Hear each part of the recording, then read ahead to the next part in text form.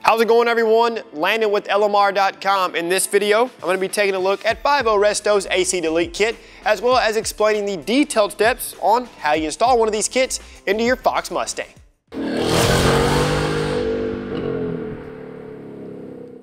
5.0Resto's AC Delete Kit should appeal to the Fox body enthusiast who is possibly setting their car up for race applications and want to retain power steering, or anyone that may not have the budget to fix expensive AC components.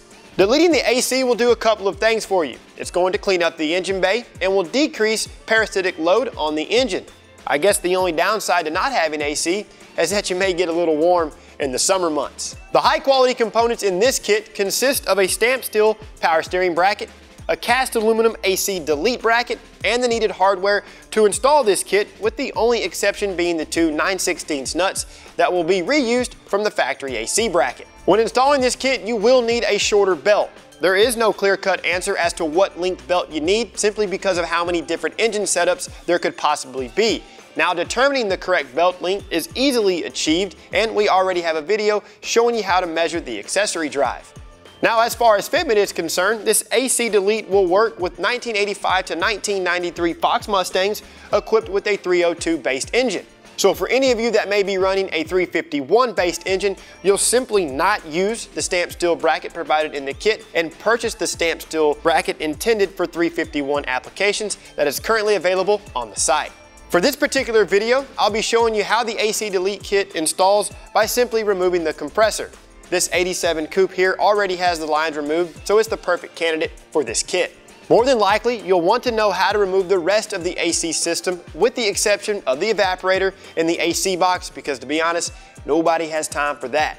Be sure and reference our R134A conversion video, as this contains all the steps on how to remove the AC system components.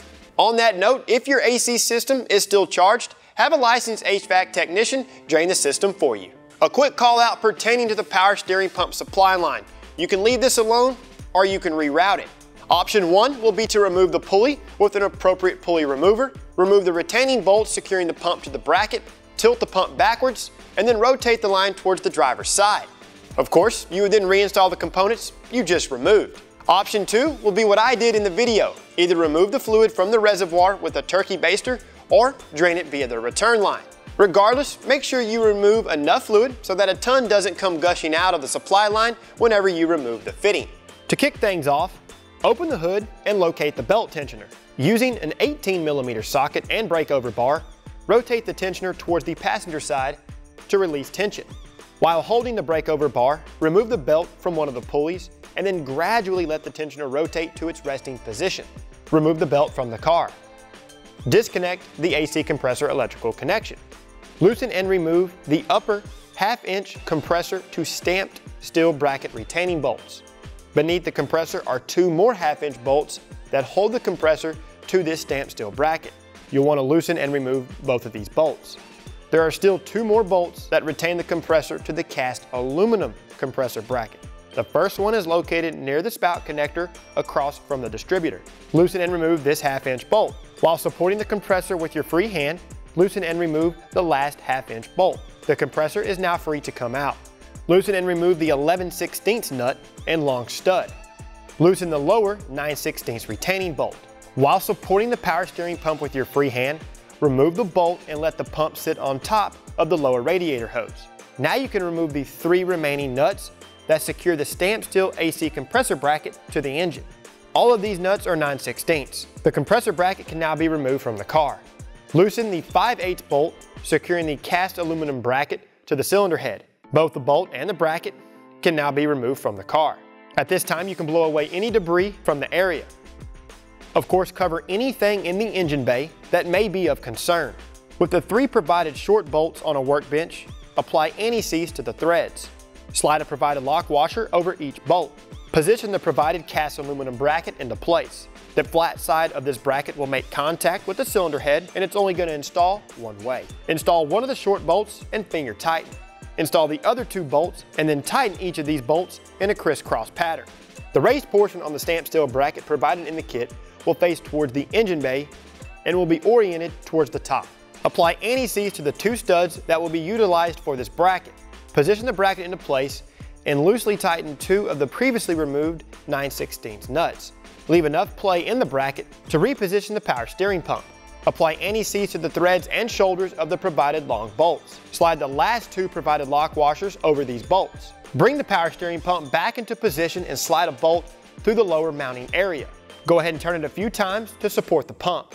If your power steering line has a bracket connected to the frame rail, it may have to be removed in order to properly orientate the pump. Loosen and remove the bolt securing the 8L clamp. Loosen and remove the 10mm bolt securing the bracket to the frame rail. Spread the 8L clamp and remove this assembly from the car. Rotate the power steering pump into the upper mounting area and install the remaining long bolt. Both of the long bolts are 9/16 and can be fully tightened at this time. Since the power steering pump supply line is oriented in a weird way, I'm going to reroute it. The car I was working on needed some fresh power steering fluid, so I drained what it had. To do this, support the car via a lift or jack stands. On the driver's side, dislodge the lower push pin from the frame rail splash shield. Position this out of the way. Place a drain pan underneath the power steering hoses at the corner of the core support. Loosen and then slide back the hose clamp from the return line. Carefully remove the hose from the barbed end on the cooler tube. Let the fluid drain until it slows to a drip. Reinstall the hose back onto the cooler tube. Wipe down the area.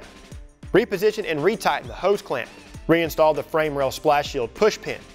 Before removing the supply line fitting, clean the surrounding area of any dirt or debris. Once clean, loosen the fitting with a 15/16 opened end wrench. Before fully removing the fitting from the pump, have a rag ready to catch any residual fluid that may run out. Rotate the line and then reinstall the fitting. Thread the fitting in by hand and make sure that it threads cleanly. Tighten the fitting with the same 15/16 wrench. Wipe away any residual fluid. Remove the reservoir cap from the pump. Fill it with fluid until the fluid reaches the halfway mark on the reservoir. Reinstall the cap. Install the new belt and verify that the tensioner is within operating range. To further clean up the engine bay, disconnect the AC compressor harness and remove it from the car. At this time, you can go ahead and start the car and allow the power steering pump to begin circulating the fresh fluid. Of course, add additional fluid and then slowly rotate the steering wheel 1 full turn, left to right, and then ending in the center. Fill the reservoir to the correct capacity and then reinstall the cap. Get the car on the ground, and then you're all finished. Overall here, guys, this AC Delete kit was a breeze to install. It did a great job at cleaning up the engine bay on our 87 coupe. Now, granted, there is still a lot of work to be done, but you get the idea. Now for the most current pricing, product information, and availability on this 5.0Resto AC Delete kit, be sure and check out the product page.